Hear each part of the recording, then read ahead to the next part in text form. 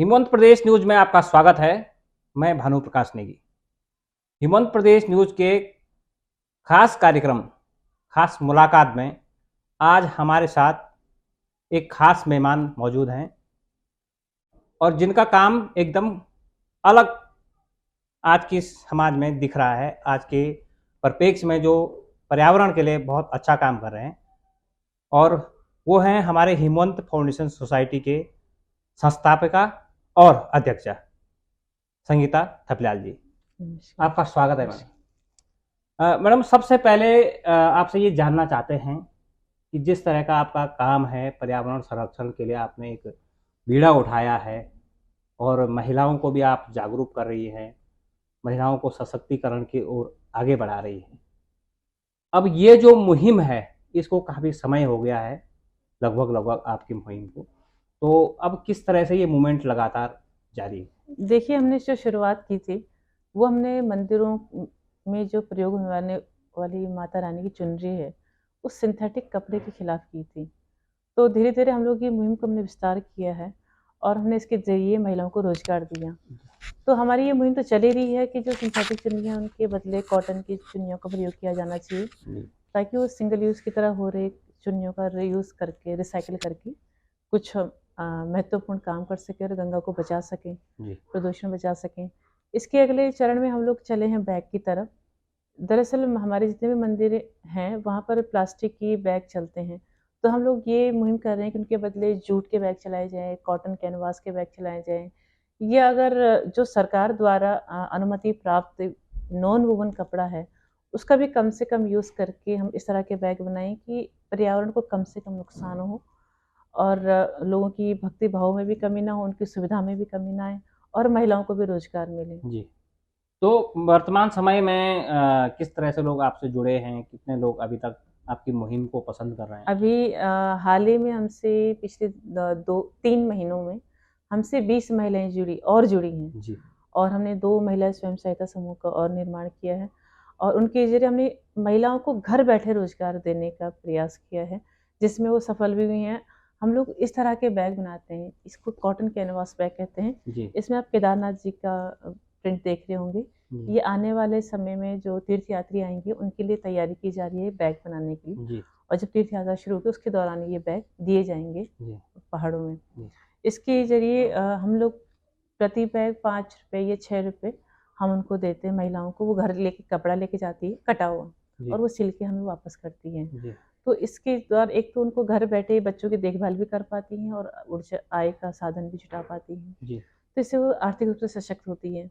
साथ ही जब वो यहाँ पर आती हैं, तो उनके पास जिस तरह की कोई सामाजिक समस्या है या आर्थिक समस्या है, हम लोग मिल-जुल कर उसका समाधान करते हैं। जी। तो महिलाएँ एक आत्मविश्वास जगा है, कहीं न कहीं वो सशक्त हुई हैं। जी। जी।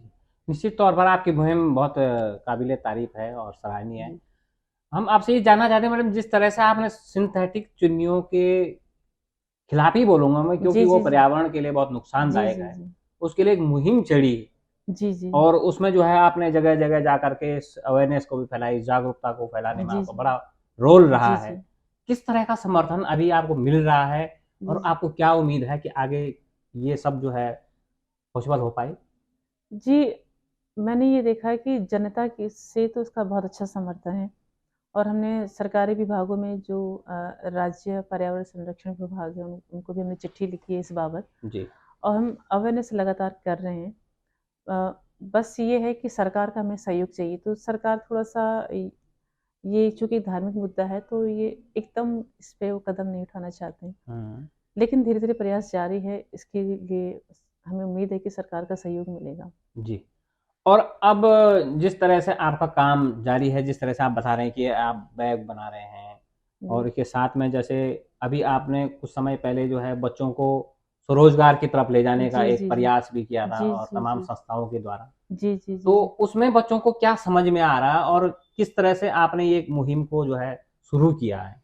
ये हमें एक विभाग का सहयोग मिला था कि अनाथालय के बच्चों को कुछ चीज़ें सिखाई जाएँ, विशेषकर जो स्वरोजगार की ओर। स्वरोजगार की तरफ उन्मुख हो जी। सकें। तो हमने उनको जैसे साबुन बनाना सिखाया, डिज़ाइनर मोमबत्ती बनाना सिखाया, ये बैग बनाने सिखाएँ, ताकि जब वो 18 साल के बाद युवा हों, तो वो अपने लिए कुछ न कुछ रोज़गार चुन सकें। जी, क्योंकि अधिकतर मामलों में हमने ये देखा कि अनाथालय में जब बच्चियाँ 18 साल की हो जाती हैं, उसके बाद चैलेंज हो जाता है कि अब वो कहाँ जाएँ, क्योंकि वो अनाथालय में आमतौर पर 18 साल तक रखने की अनुमति है। जी, जी, जी।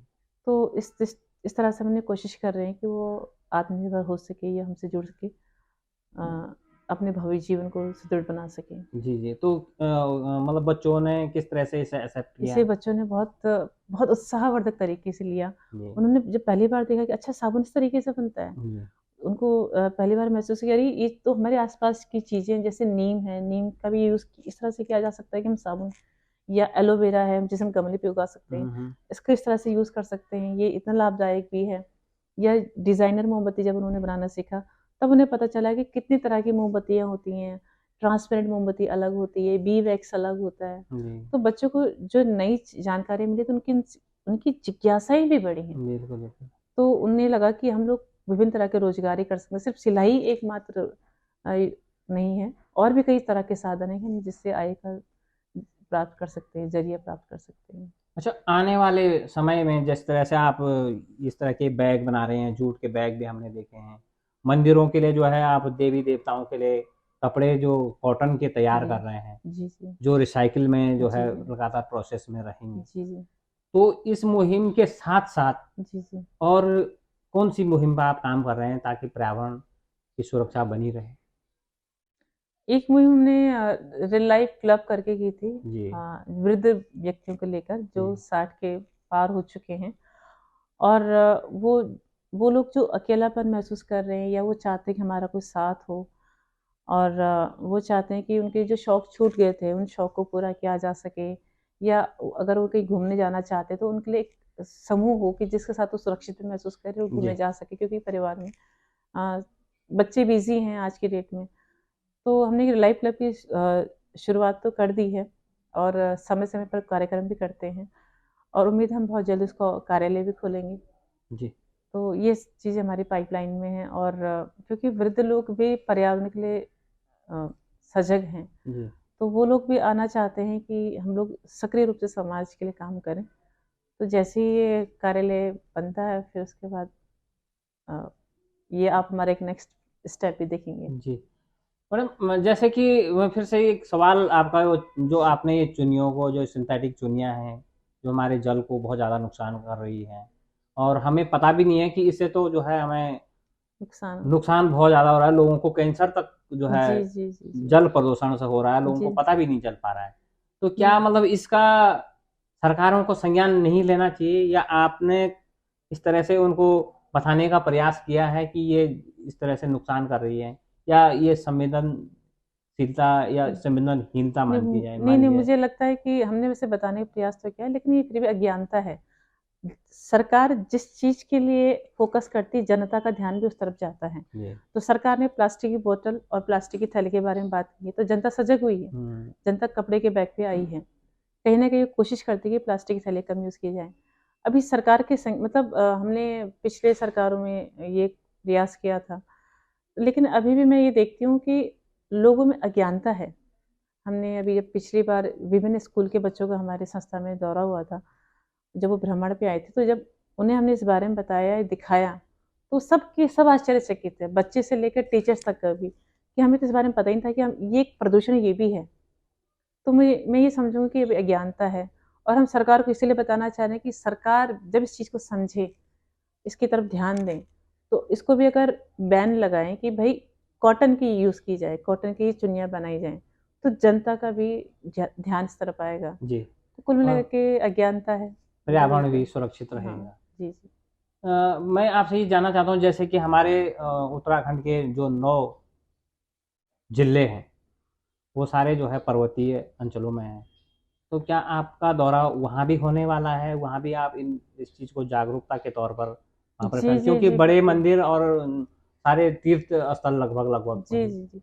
दरअसल हमारा जो मुख्य ध्येय है, वो ये है, हम इस सरकार से चाहते हैं कि सरकार सिर्फ़ एक नियम लागू कर दें, वो ये कि हमारे जितने भी पर्वतीय स्थान पे प्रसाद जो भी चढ़ाया जाता है, चाहे वो चुन्नी हो, चाहे वो लड्डू हो, चाहे वो धूप हो, किसी भी तरह अगरबत्तियाँ का, जी, जी। वो स्थानीय स्तर पर ही तैयार उत्पन्न किए। किए जाने वाली जी। चीज़ों से होना चाहिए। जी, जी। तो हम लोग जैसे चुन्नियाँ, तो वो अधिकतर मैदानी जिलों से आते, मैदानी जिले भी क्या कहेंगे, हम लोग जिले से बाहर, राज्य से बाहर से आते हैं। जी जी जी तो हम ये चाहते हैं कि हम विभिन्न महिला समूह का बनाएं, और वही जो इतनी देवियों के मंदिर है, 11 से अधिक देवियों के मंदिर हैं जी उत्तराखंड में, और जी हर साल लाखों चुन्नियाँ चढ़ती हैं। जी जी तो अगर उन महिला समूह के द्वारा कॉटन की चुन्नियाँ बनाई जाए और वहीं के मंदिर के लिए प्रयोग किया जाए, जी तो ये बहुत अच्छा आर्थिक साधन हो सकता है। रोजगार एक बढ़िया जरिया और भी हो सकता है, और महिलाओं को हाँ, सशक्तिकरण का लिए जो जी, है जी, यहाँ तक कि बड़ा मैं तो कदम हो इसमें ये सकता भी है। कहती हूँ जी कि जो हमारे हैंडलूम बोर्ड हैं या रेशम बोर्ड हैं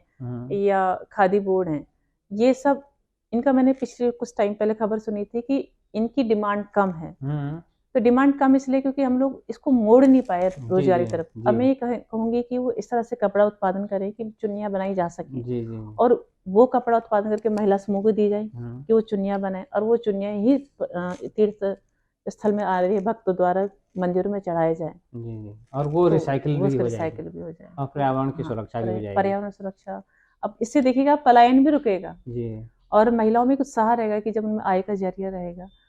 तो हम बस ये हमारी इच्छा है कि सरकार इस चीज़ को करे, तो हम्म, हम जिलों में तो चाहते ही कि भ्रमण करें इस चीज़ के लिए। जी जी जी वो आपका पाइपलाइन में जी, एक जी, कार्यक्रम है। बिल्कुल। जी, जी। अच्छा, एक जो आप बहुत ही अहम मुद्दे पे काम कर रहे हैं, जो जिस तरह से पीछे की मुहिम भी आपकी रही है कि बताया गया है कि जो मिट्टी है जी, जी। वो जो है बहुत खतरे में है। जी, जी, जी। तो इससे जो है एक संपूर्ण जीव जगत का जो है अस्तित्व ही खतरे में नजर जी। आ रहा है।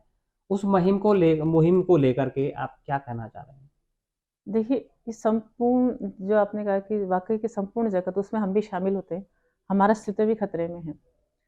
हम लोगों ने जैसे-जैसे हमारी शिक्षा का स्तर बढ़ता गया, हम लोगों को किसानी, कृषि कार्य मतलब, और पशुपालन, इसको हमने हेय दृष्टि से देखना शुरू कर दिया। अब उसमें क्या हुआ कि हम कुछ ज़मीन जो थी हमारे पास वो बंजर पड़ गई, जिस पे लोगों ने एक तो बंजर पड़ गई, जो कुछ लोग किसानी कार्य कर रहे हैं, उसको उन्होंने क्या किया कि सुविधा के कहें या अ, हम अज्ञानता से कहें, जो भी कहें, हमने कीटनाशकों, रासायनिक कीटनाशकों का प्रयोग करना शुरू कर दिया, और विभिन्न तरह के रासायनिक खाद का प्रयोग शुरू कर दिया। इससे फसल पे भी नुकसान हुआ और उससे धरती को भी नुकसान हुआ है। जी जी आप समझिए कि रासायनिक चीज़ों से हम जैविक खाद्य कैसे उत्पन्न कर सकते हैं? जी अभी मानने वाली बात है। तो मैं ये कहूँगी कि धरती वाक़ई खतरे, मिट्टी वाक़ई खतरे में है, और मैं ये रिक्वेस्ट करूँगी कि हम लोग चाहे जिस भी प्रोफ़ेशन में हों, कोई अगर अधिकारी है, अगर डॉक्टर है, पत्रकार है, किसी भी फ़ील्ड में, हम्म किसानी नहीं छूटनी चाहिए। जी अपने हमारे जो गाँव की ज़मीन है, उन्हें बंजर ना छोड़ें, जी उसमें कुछ ना कुछ उगाते रहें, चाहे वो बागवानी करें, चाहे किसी और के दो पास दें। जी पेड़-पौधे के पेड़-पौधे या फल वाले पेड़ लगाएँ। हम्म लेकिन या लकड़ी के उत्पन्न, क्योंकि लकड़ी भी आय का अच्छा ज़रिया है, जी जी जी तो उनको बोएँ, लेकिन खेती छूटनी नहीं जी चाहिए। जी जब अन्न उगेगा तभी जो है जी, बिल्कुल। इंसान का जो बस अन्न का मतलब जो है जैविक, जो बिल्कुल। पर्यावरण को नुकसान न करे, जो हमारे खुद की बॉडी को परेशान न करे, जो मिट्टी को नुकसान न करे। मतलब जैविक एक्चुअली अधिक रासायनिक खाद से और कीटनाशकों से हमारी धरती की पोषण क्षमता में कमी आई है। जी मतलब जहाँ वो पहले 90% कर सकती थी, वो 50% घटी है। जी एक तो ये हुआ है। एक ये भी हुआ है कि अगर एक संतरे से किसी व्यक्ति के शरीर के पोषक तत्व से कमी पूरी हो जाती थी, जी अब वो 8 संतरे खाएगा, तब जाके उन पोषक तत्वों की कमी होगी। जी जी यानी कि वो अब संतरा भी क्या, वो पोषण तत्व से युक्त ना हो गया, सिर्फ़ पानी की एक थैली भर हो गया। मतलब क्वालिटी में जा जाकर वो के क्वांटिटी हो गई क्वांटिटी हो है, गया है। क्योंकि हम लोग जनसंख्या हाँ, ज़्यादा हो गई है या कीटनाशक उसकी और डिमांड ज़्यादा बढ़ ज़्यादा हो गई है? गया। अच्छा, इसमें फिर एक मैं महत्वपूर्ण बात कहना चाह रही थी। अभी आपने अब उत्पादन भी कम हो रहा है धीरे-धीरे, क्योंकि हम लोग धरती पे क्योंकि इतना मिट्टी की ज़्यादा जो उत्पादक कुछ क्षमता है वो क्षीण हो रही क्षीण है। हो रही है। अभी आपने देखा पाकिस्तान में एक लोग 10 किलो के आटे की थैली के लिए कैसा लड़ रहे थे। जी जी जी ये निकट भविष्य में यहाँ भी हो है। सकता जी है, जी कहीं भी हो सकता है। जी मतलब आप ये मत सोचिएगा कि यहाँ वही हम हुआ वहीं है। हुआ है। ये भारत में भी हो सकता है, और उस टाइम वहाँ पर मुझे नहीं पता वो कौन-सा वर्ग था। जी जी जी लेकिन मुझे लगता है कि अगर ये भारत में भी है, तो हम लोग ये सोचते हैं अमीर वर्ग सेफ रहेंगे, ऐसा जी नहीं जी है। हो सकता है इसमें हम लोग भी, जिसके पास बंदूक होगी, खाना उसी के पास होगा। बिल्कुल। और तो एक उस चीज़ जो चपेट में सब मैडम मैं ये जानना चाहता हूँ कि एक मुहिम भी किसी ने चलाई है, अभी मेरे ध्यान नहीं आ रहा उनका, लेकिन खाना को जैसे बर्बाद किया जाता है, जी, जी, जी। तो हम क्या समझ लेते हैं कि हमने ये सब खरीद लिया है? या हम जो है इतना अनावश्यक खाना अपनी थाली में निकाल लेते हैं कि जो है वो उसको आधे से ज़्यादा वेस्टेज में चले जाता है। ये क्या प्रवृत्ति है? इस मानसिकता को आप क्या कहेंगे? दरअसल इसका रीज़न आप देखिएगा कभी, किसानी लोग खाना कभी बर्बाद नहीं करते हैं, वो हुँ। उतना ही लेते हैं जितना उन्हें चाहिए। जी। अच्छा, आप ये भी देखेंगे कि किसान लोगों से आप कुछ भी माँग लो, कितना भी अनाज माँग लो, वो आपको दे देंगे दान जी, के रूप जी, में। जी। आप शहरी वर्ग से आप इस दान की उम्मीद नहीं कर सकते जी। कि वो आपको कितना भी दे। आप किसी दुकानदार से मतलब ही नहीं बनता कि वो आपको दे दें, क्योंकि वो हर चीज़ पैसे में खरीद रहे हैं। अब आप देखिए शहरी लोग चूँकि उस अन्न को उगाना जानते ही नहीं हैं, तो उन्हें उसका पता ही नहीं मोल नहीं कितनी समझ रहे हैं। मेहनत है, तो उसके मूल्य भी नहीं समझते हैं। जी, जी। इसलिए अनावश्यक इसीलिए वो तरीके से अन्न अनावश्यक को तरीके बर्बाद से कर रहे हैं। तो इस सारी मुहिम में भी जुड़ने की ज़रूरत है और मिट्टी बचाने के साथ-साथ अन्न को भी बचाना बिल्कुल, ज़रूरी है बिल्कुल। और अनावश्यक तरीके से जो है इसे ये बर्बाद नहीं करना जी, जी, चाहिए। मिट्टी बचाओ सारी जो इनके पीछे आपको पता ही होगा कि ईशा फाउंडेशन जग्गी वासुदेव जी हैं, जी, जी। सद्गुरु जी जी, जी। और हम उनके स्वयंसेवक के रूप में काम कर रहे हैं। जी।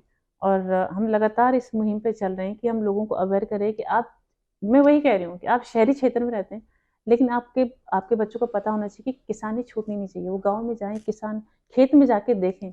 जो वो मिट्टी से जुड़ेगा ना, तो उससे अन्न के बारे में, फल के बारे में, प्रकृति के बारे में उस जुड़ेगा, तो उसके उस लिए वो बचाने की कोशिश भी करेगा। जी, जी, उसका मोल उसे पता होगा कि उसे जो है कितनी मेहनत अच्छा से आप जी, तैयार जी। किया जाता है। आप कभी भी देखिएगा कि हमेशा गाँव का व्यक्ति ही क्यों प्रकृति के लिए लड़ता है, जी, शहर का व्यक्ति नहीं लड़ता है। जी, आप कभी भी देखिएगा जो उस गाँव में पला-बड़ा है, वो उस प्रकृति की महत्ता समझता है। जी, और शहर से आए व्यक्ति अगर आप बहुत जितने पढ़े-लिखे देखेंगे ना आप, उतना वो प्रकृति से दूर होते जाते हैं। बिल्कुल, बिल्कुल। अच्छा, ये तो रही आपके सामाजिक कार्यों की सूची और आपने जो अभी मुहिम चलाई है जी, उसके। इसके अलावा स्वरोजगार की तरफ, महिला सशक्तिकरण की तरफ जी, जी। किस तरह के कदम आपके उठ रहे हैं जो आपके अंदर की जो एक आग है कि हम जो है एक महिला संगठन को तैयार करके जी, जी। उनको सशक्त बनाने का काम करेंगे? जी, जी। तो हम तो यही चाहते हैं कि हम जो भी काम करें उसमें महिलाओं को अपने से जोड़ें। जैसे कि हमने आपको बताया कि अ, विभिन्न जिलों में भ्रमण करेंगे और जो जितने भी खासकर जो देवी के मंदिर हैं या जहाँ पर रोज़गार की ज़्यादा संभावनाएँ हैं, हम उन क्षेत्रों की महिलाओं को अपने साथ जोड़ेंगे ताकि जी। उनको रोज़गार दे सकें। अच्छा, अंत में हम आपसे ये जानना चाहते हैं कि आप अपनी जनता के लिए, अपनी जो आपके चहेते लोग हैं, जो आपको फ़ॉलो करते हैं या जो आपकी बातों पे जो है विश्वास रखते हैं, उनको क्या मैसेज आप देना चाहते हैं हिमंत प्रदेश न्यूज़ के माध्यम से? मैं उन सब से यही कहना चाहूँगी कि हमारा प्रत्येक कदम ऐसा हो कि सबके लिए लाभदायक हो, किसी व्यक्ति विशेष ना होकर प्रकृति के लिए भी हो। उसमें प्रकृति में हम सभी आते हैं, मनुष्य क्या, जानवर क्या, पेड़-पौधे क्या। तो हमारा प्रत्येक कदम ज़िम्मेदारीपूर्ण होना चाहिए। हमें ये पता होना चाहिए कि हम जो भी काम कर रहे हैं, उसका जो रिज़ल्ट है, वो सबके लिए लाभकारी हो, जी, किसी के लिए हानिकारक ना हो। जी, इस तरह से हमें कोई भी काम करना है, तो इसी तरह जी, ध्यान में रख के करना है। जी। मैडम, हमारे ख़ास मुलाकात कार्यक्रम में आप आए और आपने बहुत अच्छी-अच्छी जानकारियाँ और अपना जो अनुभव है उसको शेयर किया। उसके लिए आपका धन्यवाद। बहुत-बहुत धन्यवाद। बहुत-बहुत आप तो ये थे हमारे साथ हिमवंत फाउंडेशन सोसाइटी की संस्थापिका और अध्यक्षा